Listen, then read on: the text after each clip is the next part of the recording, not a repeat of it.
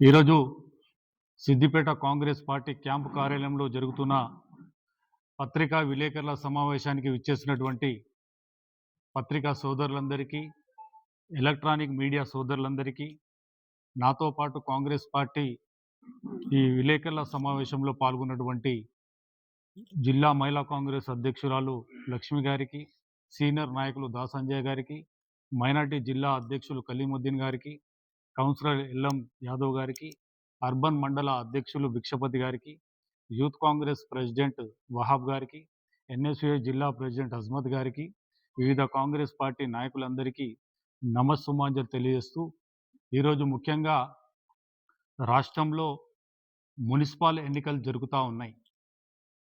రాష్ట్రంలో ఈ మున్సిపల్ ఎన్నికలు జరుగుతున్న తరుణంలో మా కాంగ్రెస్ ప్రభుత్వం వచ్చి 2 సంవత్సరాలు గడిచింది.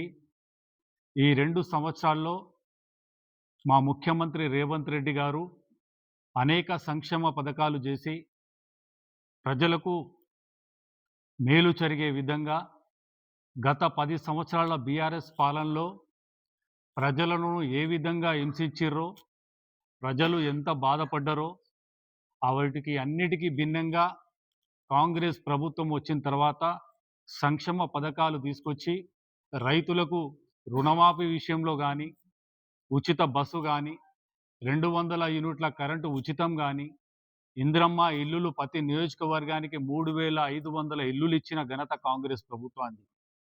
అలాగే రేషన్ కార్డులు గత బీఆర్ఎస్ పాలనలో ముఖ్యమంత్రి కేసీఆర్ గారు ఇంటింటి సర్వేలు చేపించి ఆరోగ్యశ్రీ పథకం అప్పుడు ముఖ్యమంత్రి వైఎస్ రాజశేఖర రెడ్డి గారు ఉన్నప్పుడు పేదోడికి వైద్యం అందే విధంగా ప్రతి పేదోడు కార్పొరేట్ హాస్పిటల్లో కూడా వైద్యం అందించుకోవాలి, ఆరోగ్యం బాగుండాలని ఆరోగ్యశ్రీ పథకాన్ని తీసుకొస్తే కేసీఆర్ గారు ఇంటింటి సర్వేలు చేపించి ఆరోగ్యశ్రీని కూడా తుడిచివేస్తే మళ్ళీ ముఖ్యమంత్రి రేవంత్ రెడ్డి గారు వచ్చిన తర్వాత ఆరోగ్యశ్రీని కూడా 10 లక్షల వరకు పేదోడికి వైద్యం అందే విధంగా అందుబాటులోకి తెచ్చినటువంటి కాంగ్రెస్ ప్రభుత్వం మాది. ఇవన్నీ విషయాలు ఎందుకు చెప్తున్నానంటే, ఈరోజు బీఆర్ఎస్ పార్టీ నాయకులు ఇక్కడ స్థానికంగా ఉన్న ఎమ్మెల్యే హరీష్ రావు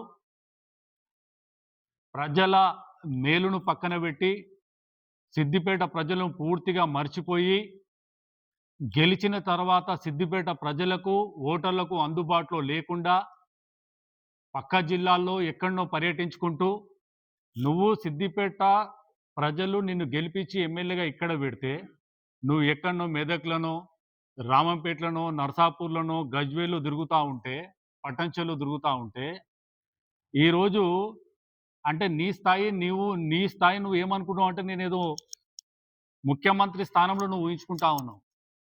నీ స్థానాన్ని మరిచి నువ్వేదో పెద్దగా చూసుకునే ప్రయత్నంలో చేస్తూ ఉంటే నిన్నటికి నిన్న గజ్వేల్ నిన్నుకు ఏ విధంగా బుద్ధి చెప్పిరో ఆ గజ్వేల్ ఓటర్ ప్రజలు నిన్న నువ్వు ఓట్లు అడగడానికి పోతుంటే అక్కడ స్థానిక ఎమ్మెల్యే ఎవరు?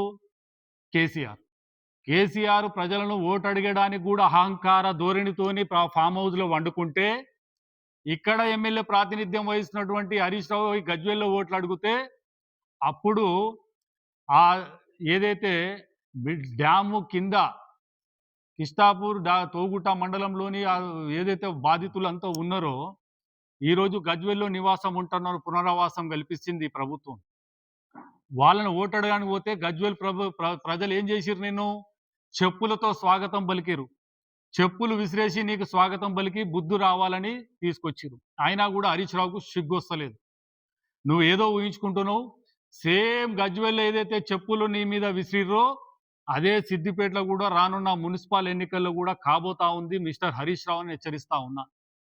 సిద్దిపేట ప్రజలను ఎట్లాగో నువ్వు మోసం చేసినావు, ఇటు రైతాంగాన్ని మోసం చేసినావు. ఉద్యోగాలు ఇయ్యక సిద్దిపేట ప్రజలందరూ ఈరోజు ఎంతోమంది నిరుద్యోగులు సిద్దిపేటలో రోడ్ల మీద పడుతున్నారు ఉన్నంత చదువులు చదివి. ఒక్క ఫ్యాక్టరీ కూడా తీసుకురాకుండా ఏ ముఖం పట్టుకొని నువ్వు మెదక్ల ప్రచారం అక్కడక్కడ ప్రచారం చేస్తున్నావు అని సూటిగా ప్రశ్నిస్తున్నా. ఇక ఈ మున్సిపాలిటీ పరిధికి వద్దాం. ఈ వాళ్ళ ప్రభుత్వంలో 10 ఏళ్ల ప్రభుత్వంలో అప్పటి కేటీఆర్ మున్సిపల్ శాఖకు మంత్రిగా ఉండే. ఈ రాష్ట్రంలో ఎన్ని మున్సిపాలిటీలు అభివృద్ధి లేకుండా కుంటిపడి ఉన్నాయో ఒక్కసారి ఆత్మవిమర్శన చేసుకోవాలి.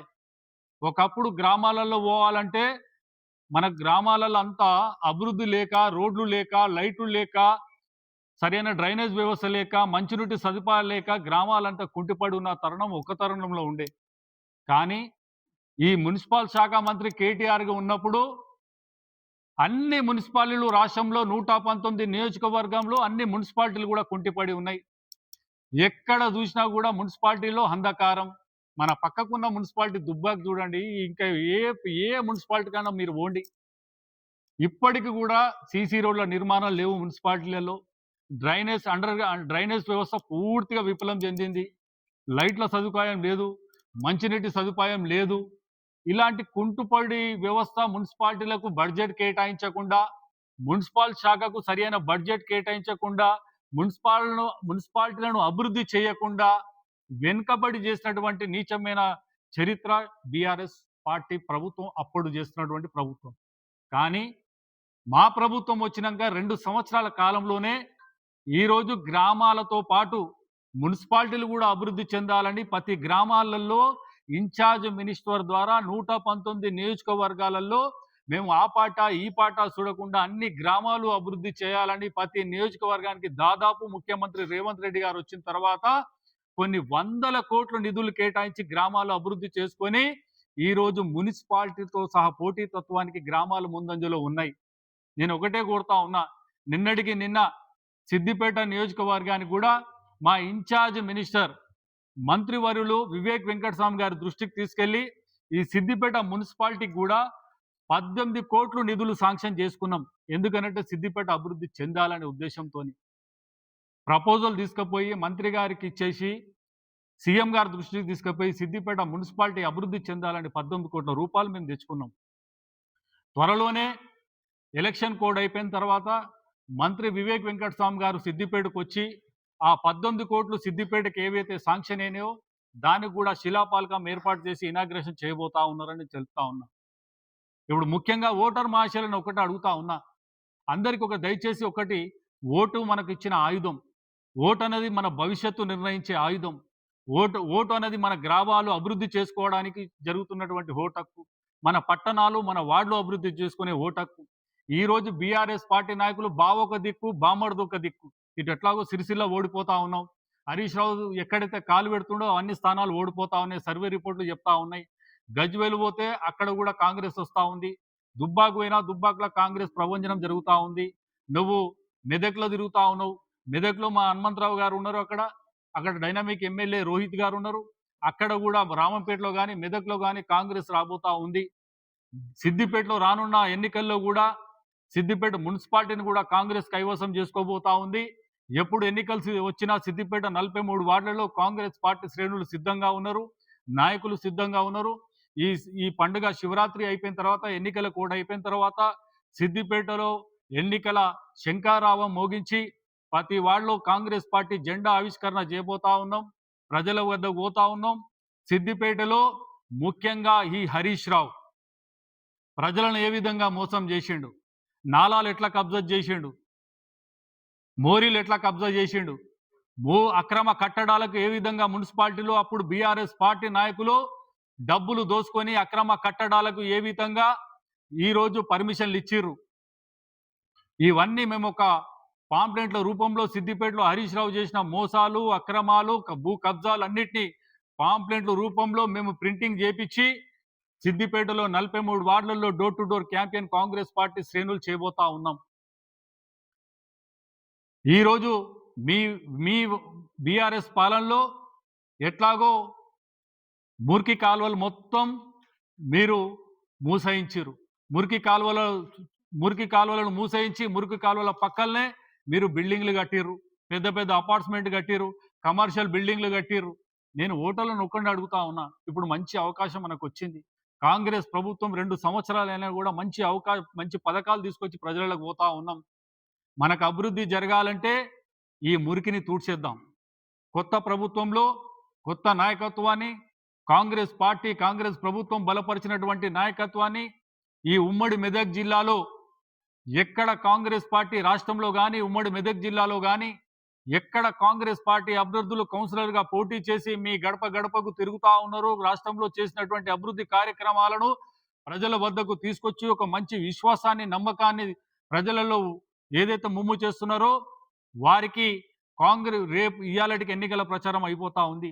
మీరందరూ జరగబోయే 11వ తారీఖు ఎన్నికల పోలింగ్ రోజు ఓటరు మహాశయులంతా మీ ఓటును వినియోగించుకొని పోలింగ్ కేంద్రాలలో అత్యధికంగా ఓటర్లో పాల్గొని కాంగ్రెస్ ప్రభుత్వం బలపరిచినటువంటి అభ్యర్థి కౌన్సిలర్‌ను చేతు గుర్తుకి మీ అమూల్యమైన ఓటు వేసి మా కాంగ్రెస్ పార్టీ అభ్యర్థులు గెలిపించాలని నేను మనస్ఫూర్తిగా కోరుతా ఉన్నాను. ఈ హరీష్ రావు గాని, ఇటు కేటీఆర్ గాని అన్ని తప్పుడు ప్రచారాలు చేసుకుంటూ ఎన్నికలకు పోతా ఉన్నారు. ఇటు తప్పుడు ప్రచారాలకు పెట్టిన విద్య ఎవరిది అనంటే అది నీ వంశపారంపర్యంగా వస్తా ఉంది. కేసీఆర్ కూడా అప్పుడు తెలంగాణ ఉద్యమంలో ఏమని చెప్పిండు? తెలంగాణను సాధించుకున్న తర్వాత తెలంగాణ కాంగ్రెస్ ప్రభుత్వం తల్లి సోనియమ్మ ఇస్తే కరీంనగర్ బహిరంగ సభలో చెప్పిండు, నిండు అసెంబ్లీలో కూడా చెప్పిండు. తెలంగాణ ఇచ్చింది సోనియమ్మ అని నిండు అసెంబ్లీలో కేసీఆర్ చెప్పిండు. తెలంగాణ కాంగ్రెస్ పార్టీకి ఇట్లా ప్రకటిస్తే మా పార్టీని అప్పుడు టీఆర్ఎస్ పార్టీ ఉంది. టీఆర్ఎస్ పార్టీని కాంగ్రెస్ పార్టీలో విలీనం చేస్తా అని చెప్పి తప్పుడు ప్రచారాలు చేసి తెలంగాణ ఇచ్చిన తర్వాత యూటర్న్ చేసుకున్నటువంటి నీచమైన చరిత్ర కేసీఆర్. ఎగ్జాంపుల్గా చెప్తా ఉన్నా. తర్వాత ఏం చెప్పినావు? అమరవీరులకు తెలంగాణ ఉద్యమంలో ఎంతోమంది అమరవీరులు తెలంగాణ ఉద్యమం గురించి ఆత్మ బలిదానాలు చేస్తే అమరవీరుల కుటుంబాలను ఆదుకుంటా అని చెప్పి అప్పుడు కేసీఆర్ చెప్పి తర్వాత గద్దెనెక్కిన తర్వాత అమరవీరుల కుటుంబాలను పూర్తిగా మర్చిపోయిన సంఘటన నీది. తెలంగాణ ఉద్యమంలో దాదాపు 1200 మంది ఆత్మ బలిదానాలు చేసుకుంటే నువ్వు 600 మంది 300 మందిని లెక్క చెప్పే ప్రయత్నం చేసినావు ఈ తెలంగాణ రాష్ట్రానికి. ఒకవైపు ఆంధ్రప్రదేశ్లో మా పార్టీ నష్టం జరుగుతున్నా కూడా తెలంగాణ బలిదానాలు కాకూడదని తల్లి సోనియమ్మ తెలంగాణ ప్రకటించి ఈరోజు మనకు ఒక మనోధైర్యాన్ని మన స్వేచ్ఛనిచ్చినటువంటి తల్లి సోనియమ్మ. నువ్వు తెలంగాణ గురించి మా తల్లి సోనియమ్మ కాలు మొక్కినవు, కానీ తర్వాత విమర్శించే స్టేజ్కి వచ్చినావు నువ్వు. ఈ అల్లుడు ముత్యానికి వద్దాం. హరీష్ రావు ఏం చెప్పిండు? మా పాలన 10 సంవత్సరాల్లో నిరుద్యోగత లేకుండా ఇంటికొక ఉద్యోగం రాష్ట్రంలో కల్పించి కొత్తగా సాధించుకున్న తెలంగాణలో ప్రతి ఒక్క నిరుద్యోగుడు ఆత్మహత్య చేసుకోకూడదు, ప్రతి ఒక్క విద్యార్థి మంచిగా ఉద్యోగాలు సంపాదించాలని అంటే నీ సిద్దిపేట నియోజకవర్గంలో దాదాపు సంవత్సరానికి 4000 మంది నిరుద్యోగులు బయటకు వస్తుంటే మరి హరీష్ రావుకు సోయి లేదా అని నేను అడుగుతా ఉన్నా. ఎందుకు నిరుద్యోగులను కేవలం నువ్వు బీఆర్ఎస్ పార్టీలకు కార్యకర్తలాగా వాడుకుంటున్నావు అని హరీష్ రావును ప్రశ్నిస్తున్నా. వాళ్లకు లేని అలవాట్లను నువ్వు నేర్పించి నీ పార్టీ మనుగడకు చూపిస్తా ఉన్నావు. నిన్నటికి మొన్న మీరు చూసిరు, రాష్ట్రంలో ఎక్కడ సర్పంచ్ ఎన్నికలు జరిగినా కాంగ్రెస్ పార్టీ ప్రభంజనం జరిగింది. ముఖ్యమంత్రి రేవంత్ రెడ్డి గారి పాలనలో మా పిసిసి అధ్యక్షులు మహేష్ కుమార్ గౌడ్ గారి నేతృత్వంలో రాష్ట్రంలో కాంగ్రెస్ పార్టీ ప్రభంజనం వచ్చింది సర్పంచ్ ఎన్నికల్లో. అదే ఎన్నికల ప్రభంజనం ఇప్పుడు మున్సిపల్ ఎన్నికల్లో కూడా రాబోతుంది అని ఘంటాపదంగా చెప్తా ఉన్నా. ఈ రాష్ట్రంలో మున్సిపల్ చైర్మన్లు కానీ కౌన్సిలర్ కానీ అత్యధిక స్థానాలు కాంగ్రెస్ కోటలకు రాబోతా ఉన్నాయి. కాంగ్రెస్ కైవతం చేసుకోబోతా ఉంది. రానున్న ఎన్నికలు ఎంపీటీసీ జెడ్పీటీసీ కానీ సిద్దిపేట మున్సిపల్ ఎన్నికలు కానీ ఇంకా 2 నెలల తర్వాత మే 7వ తారీఖు సిద్దిపేట మున్సిపల్ టైం అయిపోతా ఉంది. ఎన్నికల షెడ్యూల్ ఎప్పుడు వచ్చినా కూడా సిద్దిపేటలో ఈసారి మాత్రం ఖచ్చితంగా 100కు 100% మున్సిపాల్లో ఎగరబోయేది కాంగ్రెస్ జెండని అని నేను తెలియజేస్తా ఉన్నా. ఇక్కడ ప్రచారం ఈసారి హరీష్ రావు చేసిన మోసాలే మాకు ఒక ఎజెండాగా మారుతా ఉంది. మేము కొత్తగా చెప్పే అవసరం లేదు. ఇంటింటికి పోతాం. హరీష్ రావు ఈ 40 ఏళ్లలో మామ అల్లుళ్ళు సిద్దిపేటను ఏ విధంగా దోచుకున్నారు, ఏ విధంగా ప్రజలను మోసం చేసిర్రు, నిరుద్యోగులను ఏ విధంగా పక్కన పెట్టిర్రు, రైతులను ఏ విధంగా మోసం చేసిర్రు, ఇవన్నీ విషయాలు సిద్దిపేటలో మా ప్రచారంలో ముందుకు తీసుకొని పోతాం. ఇక్కడ కూడా హరీష్ రావుకు బుద్ధి చెప్పే ప్రయత్నం చేస్తామని తెలియజేస్తాం.